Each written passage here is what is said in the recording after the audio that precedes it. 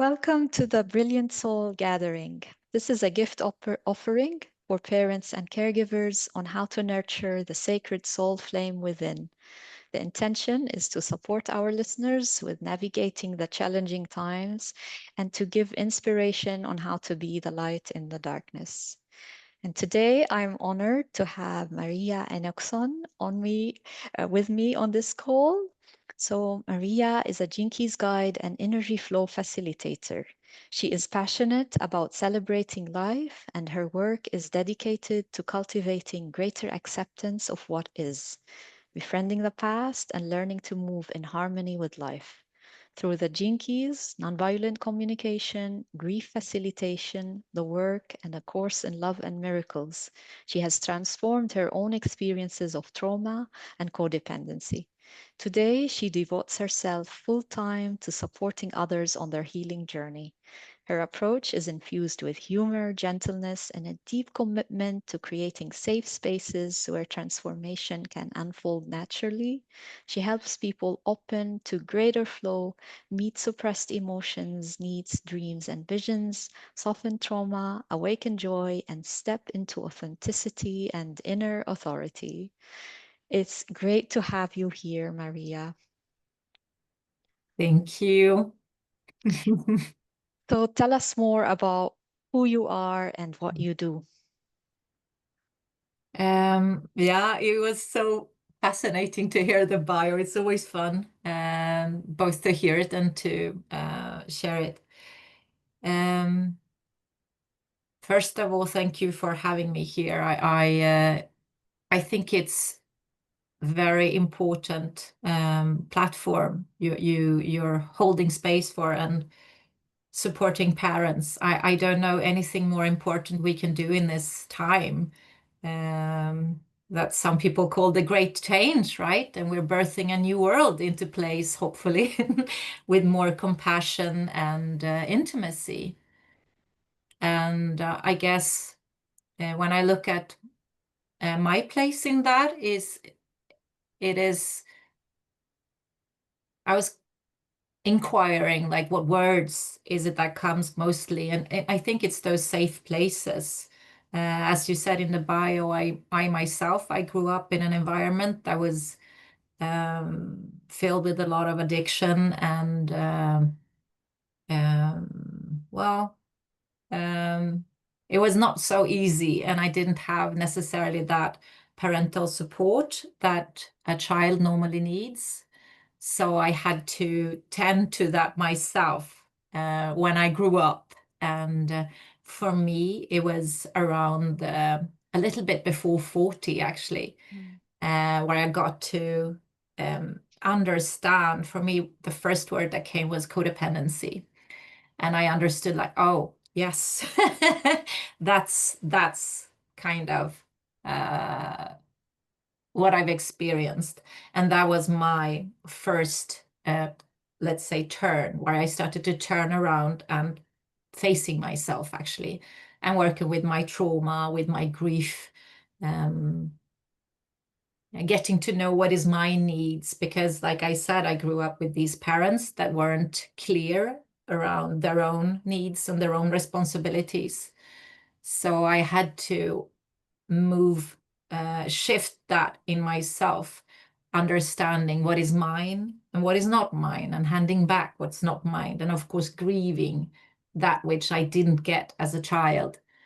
And on that path, I have two children of my own. They're 19 and 13 today.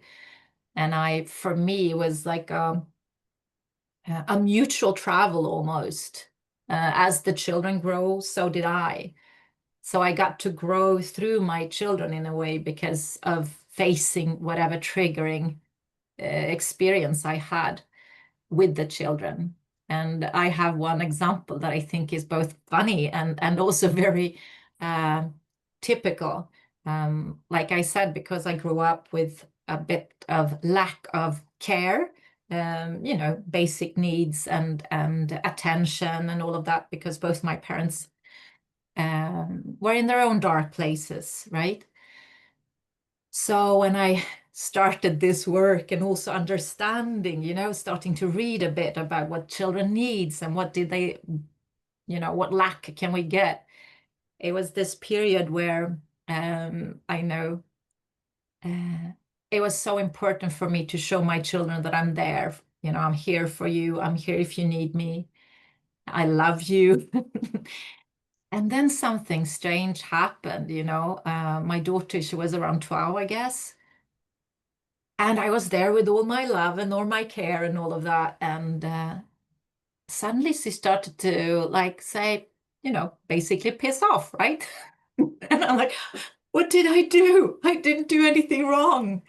So we were in this loop for, I don't know, for some time where I go and I knock on her door to give her all this care and love that I know children need, right? And she just kept, get away, like piss off. And me falling down a rabbit hole again of like, what did I do wrong? And then I just, no, wait a minute, Maria. We're in a loop here. I'm the adult one. I need to look at what's going on within me, really.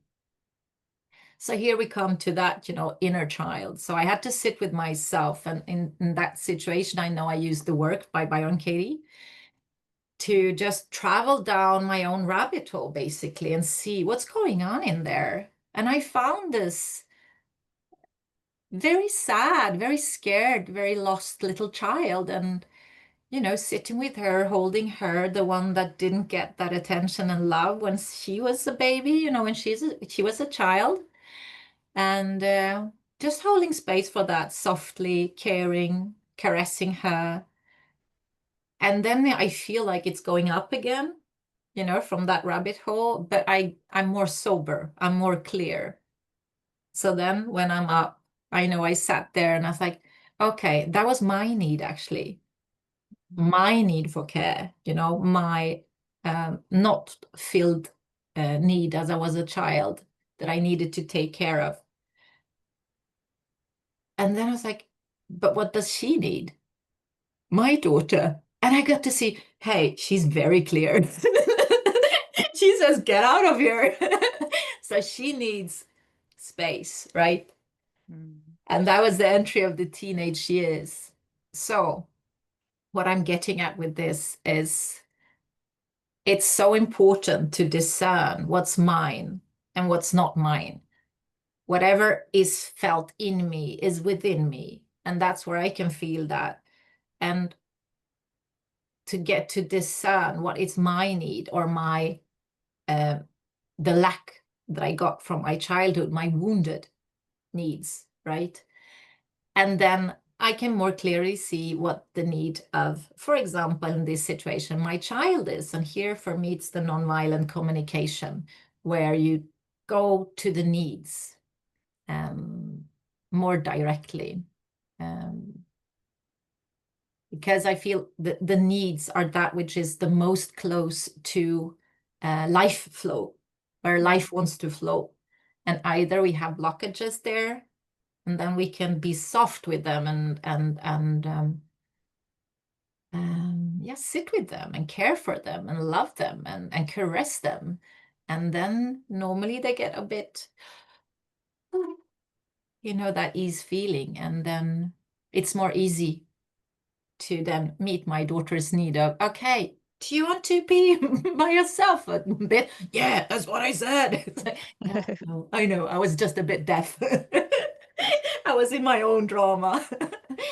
So yeah, I don't know if Yeah, that even answers the question, but it was what came to me when you asked. So I love what you shared, and especially that bit around knowing, mm, as you said, what is mine and what is not mine, yeah, so that um, I don't project it on my mm, child.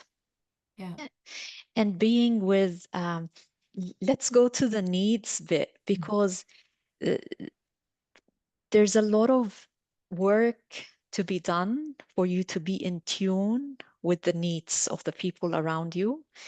mm, And that involves a lot of presence, a mm, lot of staying into the present moment.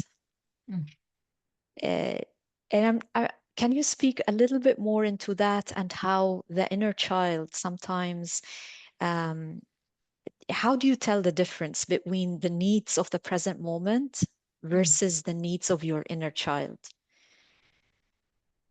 That's a great question.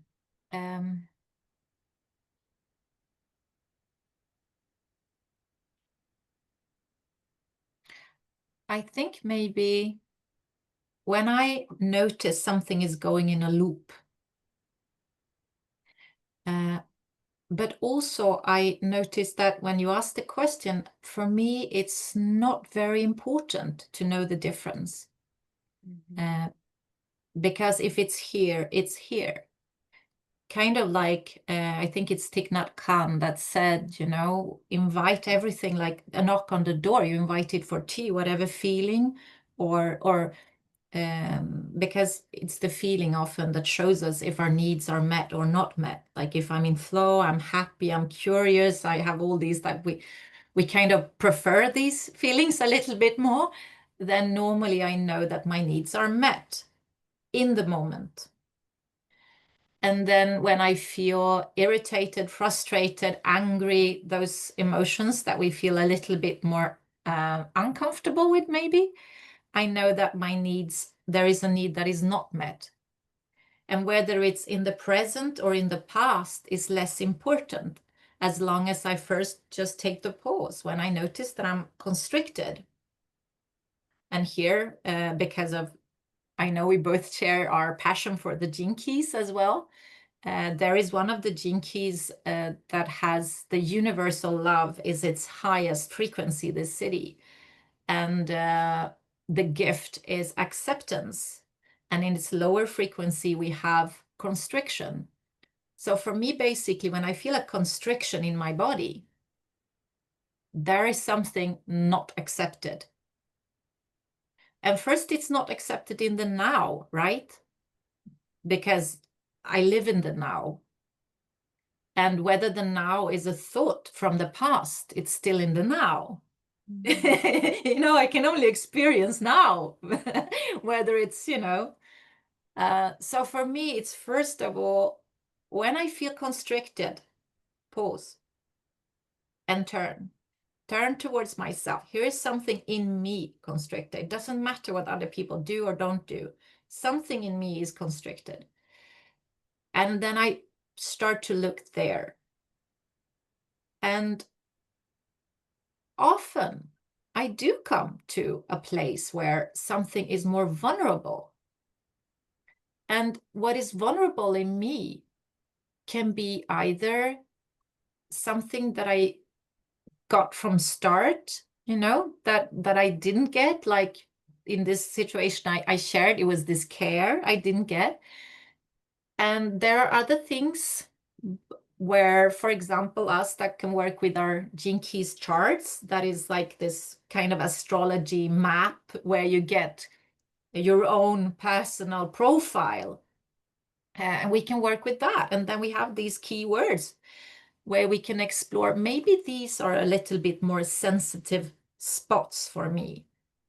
So it's just about treading a little bit more softly in those areas and knowing here, it's kind of like, I have a physical body and maybe I have a knee that is a little bit, acting up a bit. And then I know that and I can be a little bit more mindful and a little bit more aware about that and maybe balancing it a bit.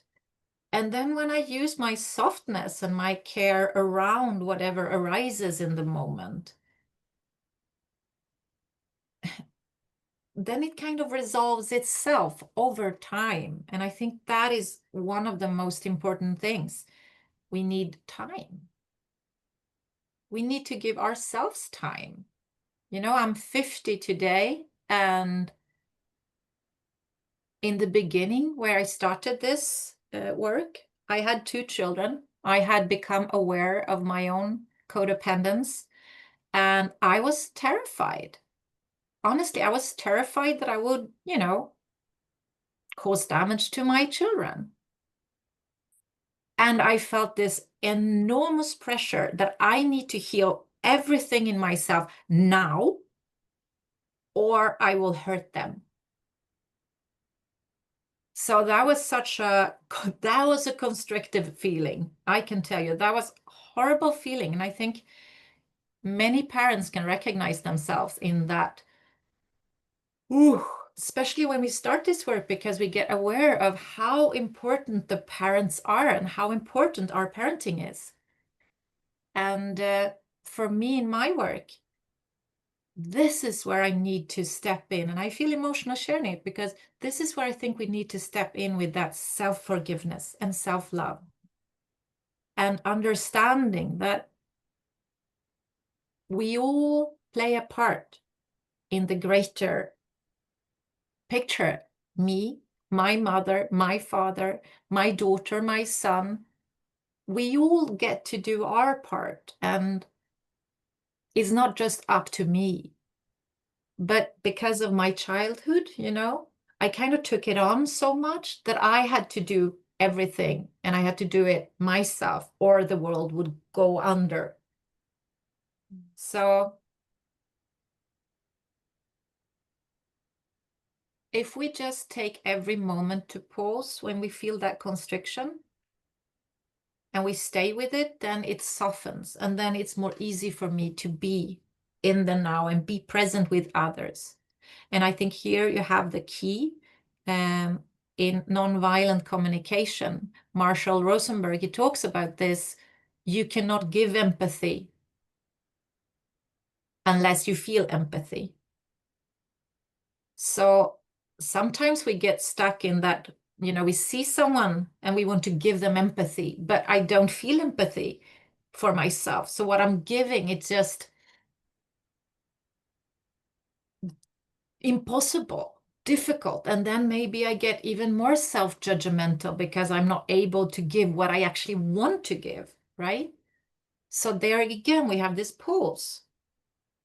And at one point, I know I was in this, constant like, oh, giving to myself or giving to my children, give it like, where am I? What am I supposed to give and where? And I even had this idea. I wanted to make an empathy chair in my house.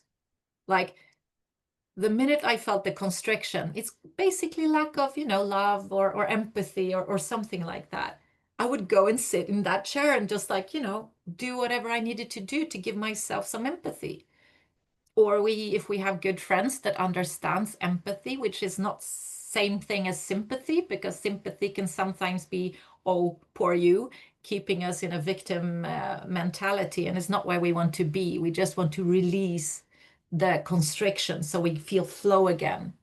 And when we feel flow, then it's possible to give again. Um, but I think the pause would be the main thing to remember when you feel constriction. Yes, and it's so important, pausing, just pausing. And oftentimes, um, when we don't pause, we get distracted or we get what's the word? Avoidance. Like we avoid what's happening, either by going to something, grabbing that. For me, it was always overworking, like, creating some more chores for me to do just for myself to be busy with something instead of having to pause and face what I'm going through. So, yeah, creating that pause and that conditions for the pause. I love the empathy chair idea because it's such a physical environment that you're creating for yourself, and it helps building up the habit. And I think Yeah. also it shows my children that I'm human too. I Hmm. need to pause. I need to sit in this empathy chair for a while, and then it's easier even for them to ask for, when they're in their distress, because like I said, we are in this together, and it's Yes. sometimes so easy as a parent to think that I need to fix it. So, fifth line. I Yeah. need to fix it so that they don't have to. But I mean, that's not life, right? They're Yeah. in this too. they're here and they're doing the same thing I am. So I just guide them a little bit on how they can pause, how they can notice in themselves when they have this constriction, and like you said, so we don't keep on projecting it out all the time. And that's also where we find life. That's where the joy is, and the playfulness, and the humor, right? Yes. Yeah. Yeah. And for those who are listening, the fifth line is also one of those archetypes in the Gene Keys Yes. where it's about leading. It's showing up as an embodied leader in its most highest frequency. And as parents, we do have that responsibility of showing up as role models Mm, because kids don't listen to what we say. mm, They listen to what we do and how we're being. They listen to our energy. And I love how you role model that by, yes, I need space now. I need to pause. I need to sit in my empathy chair. mm, And yeah, I love that how you role model it to your kids. mm. Yeah, yeah. I think it's also about frequency, like you say, but our energy. Uh, and I think we can get to that in the pause as well, because, but I mean, I'm human. I keep forgetting it over and over and over and over. And because it's so trained, we're so trained to kind of give. Um, but I've experienced so many times how almost stop giving it. Like I said, in that pause, when I start giving or giving to myself, um, I shift my frequency. And that is what happens when we do this inner child work that we talk about. And in the gene keys that I mainly work with, I work my modalities, like you shared in the beginning, is gene keys and nonviolent communication. Those are basically the ones I use in work. And then I have the other teachings as a like a course of love and the work and family constellations. I have that within my body. But when I actually work, those are the modalities that I think is perfectly matched to um, be able to just in the pause face that need or the constriction or that shadow child, because I call them shadow children, because it's always something within me that is in lack of love. I mean, it doesn't matter. I can behave horribly, but if I can understand there is something in this, there is a need and a shadow child in me.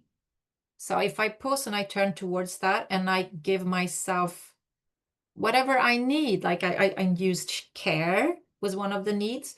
It can be freedom, it can be autonomy, it can be playfulness, like when it gets too serious, like you said, I go into work and then I get super serious and I try to fix and I get serious, more serious, and I work more and I do lists of things I have to do because ooh, life is so serious. So if I get to pinpoint that need that this shadow child in me has, then the flow starts moving again. And I raise that frequency instead of being in that victim mentality, instead of being that scared child or that lost part of me. I become the mother or the father or like the parent that cares for it. And basically it's a very like small move, but it shifts everything. And I know when I've done this, I mean, I've been in an argument or conflict with my children, one of them or both, or someone else, just by doing this movement. I just maybe go into my room and I sit in my empathy chair and I do this inner work. And when I get up, like I said, I feel like I kind of come up with clarity or more sober. It's more easy for me to be different. That often they respond to that frequency better And I think we are here to trigger each other. We are here for that. They are actually here to trigger me so that I can meet those places within myself that forgot that they also are a part of love. And I need also to trust that I'm here to trigger them. Because that's more tricky, isn't it? To trigger someone else, and maybe they are disappointed, or maybe they get angry, or maybe, because it's also not just about saying yes and giving, giving, giving. So it's that balance between boundaries and to understand that boundaries doesn't mean not having an open heart.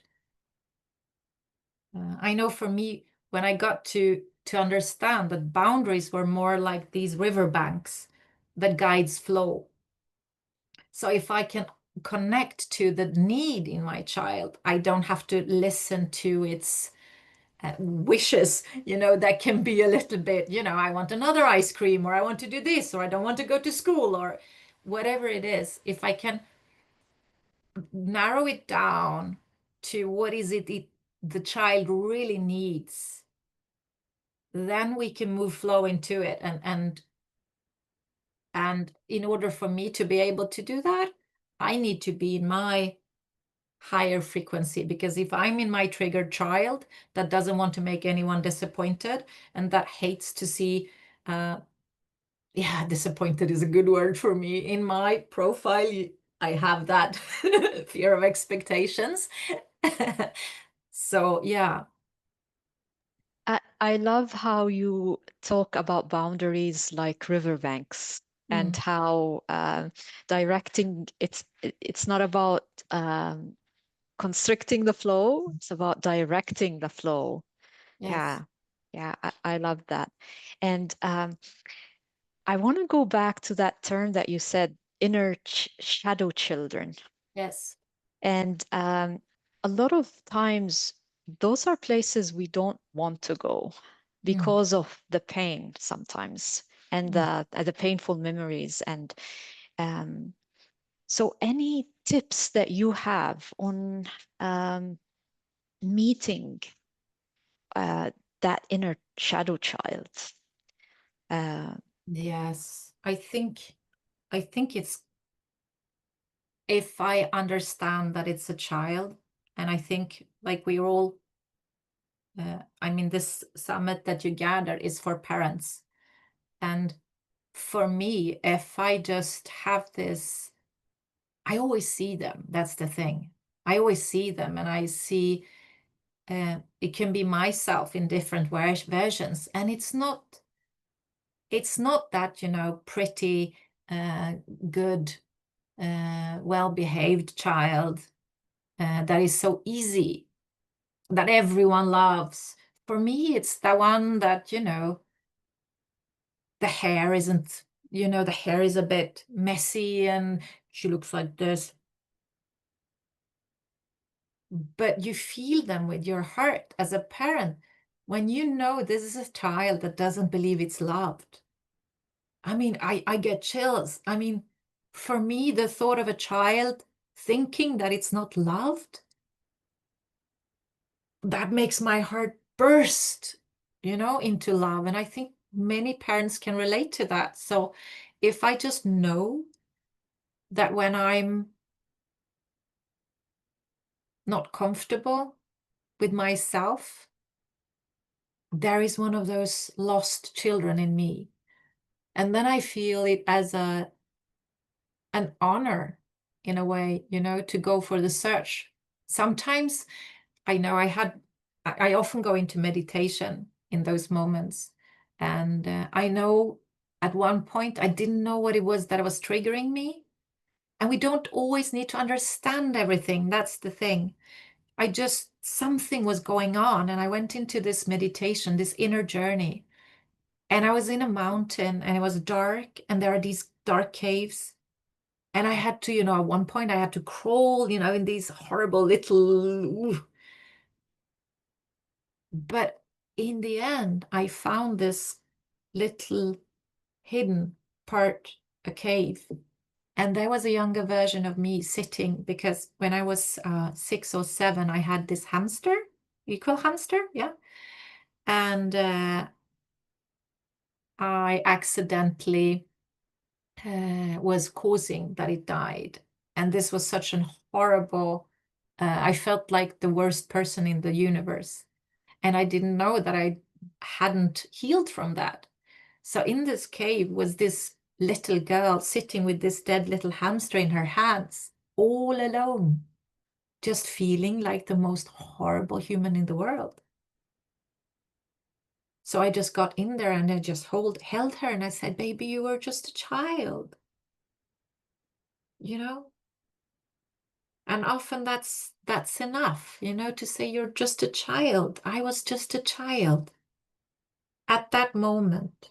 And even as an adult, I'm 50 and still, sometimes I'm just a child, you know? And I think we can all find compassion for that. And that's where I feel that's the empathy I'm talking about, the compassion and the love. And if I know it, I think it's easier to go and face it. Mm. Yeah, that was powerful. That was powerful. The message that, yeah, we're just children and meeting ourselves with self-compassion. Wow. Yeah. Mm. Mm, There was one more thing that you said before that really resonated with me, mm. which was around how we as parents and children and our children, we're here to trigger one another, Yeah. that it's part of the journey. And this is one thing I believe in, is that, we are more than this human experience. We are divine beings who actually chose one another Mm, in this lifetime. And we came with our own sets of triggers and woundings and mm, personality traits, and just so that we can give each other this experience of being human. Um, so, yeah, I resonated with that a lot. And instead of coming with that approach that we need to be perfect mm. before we can be good parents. Yeah. Yeah, yeah. I think that's one of the most powerful statements we can uh, accept. That for me uh, is makes life easier. And it's not easy. Honestly, I mean, the world we live in, it's not an easy world and also because many of us, we've started to understand, things like, oh, the foods that we eat are maybe not perfect, or the atmosphere we breathe is maybe not perfect, or the school system is not perfect. Like, there's so many things that is part of the main society, and maybe some of us understands that there is another way of living and they don't necessarily match very well. So how can we make this? I think that would be the thing. How can we make it as a smooth process as possible? Because when I get afraid of that, it's not perfect, because it's not perfect in a way, and yet it is perfect, right?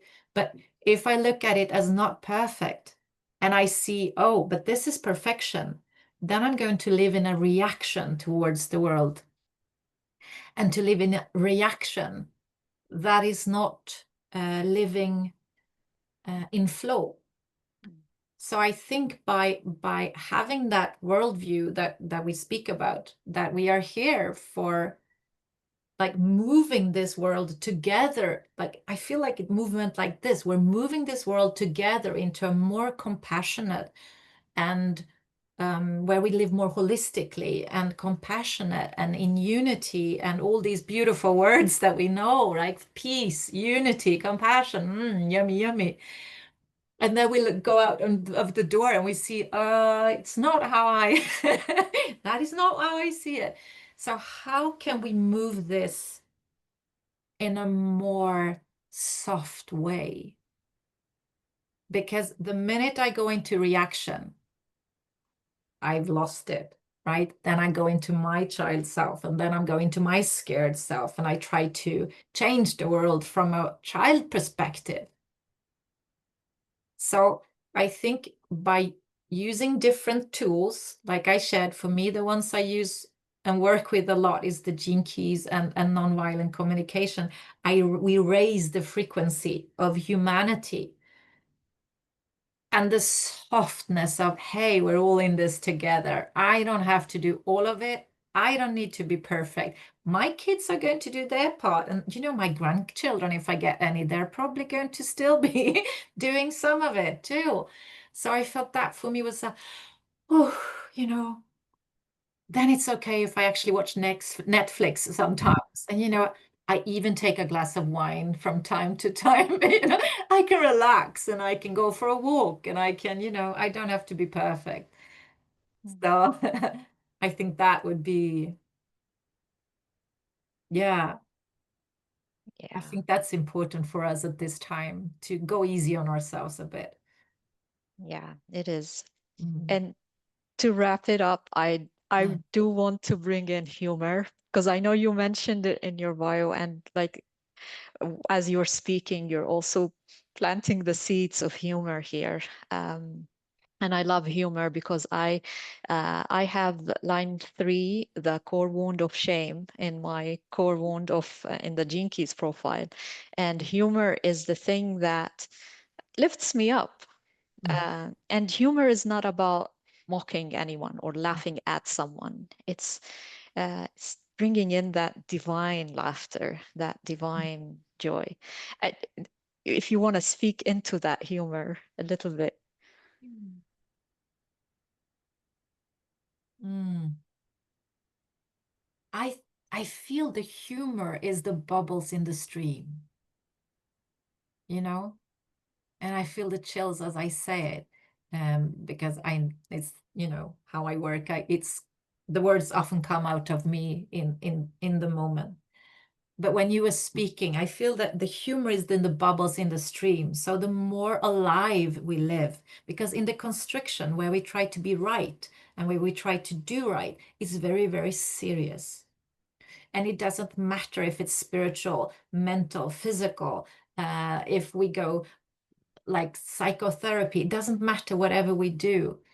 If it gets too serious, and I've lived like at one point, it was this when I was in, oh my God, you can't eat this, you can't eat that, you can't eat that. Oh, and it got super serious that I didn't do anything wrong. So for me, the seriousness is equals not doing it, not wanting to do it wrong.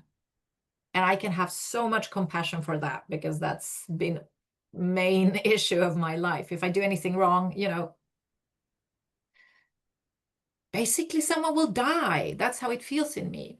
So the more I think that we live in the stream of life, it's going to bubble up because the more the flow moves. It just, that's why the third line is about humor because it's about movement, right? So you can't have a live third line without humor.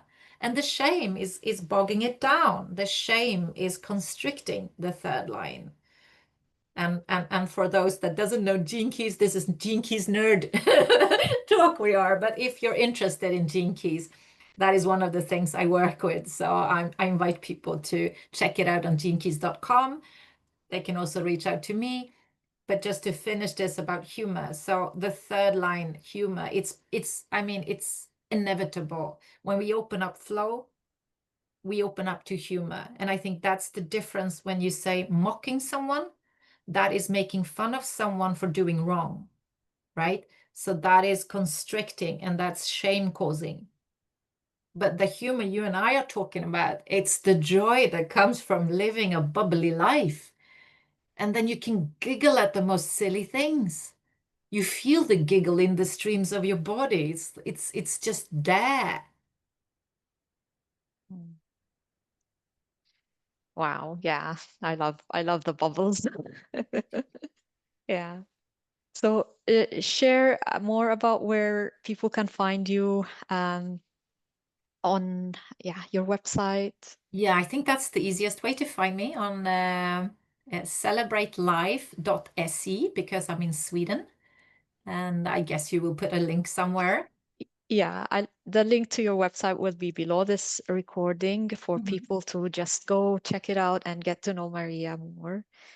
And And you to, can also just, knock on my Facebook door. That's always nice. okay, We can, I think that's a fun forum, speaking about giggles. Uh, it can be used for many things, but I think it's a nice place to, if that's one's, kind of yeah. playful. But I think my website, you can find my email as well. It's maria@celebratelife.se. Mm, So yeah, I guess mm, that would be the best place to reach me. yeah. Thank you so much. Mm. What's one last message you'd like to leave our listeners with? Mm. Yeah, we're all in this together. And to really let that sink in, like all of us, you, me, our parents, parents, our children, our children's children, we're all in this together. And that's a comfort. Mm. Mm. Thank you. Thank you. Mm. Thank Thank you. you, Nadine.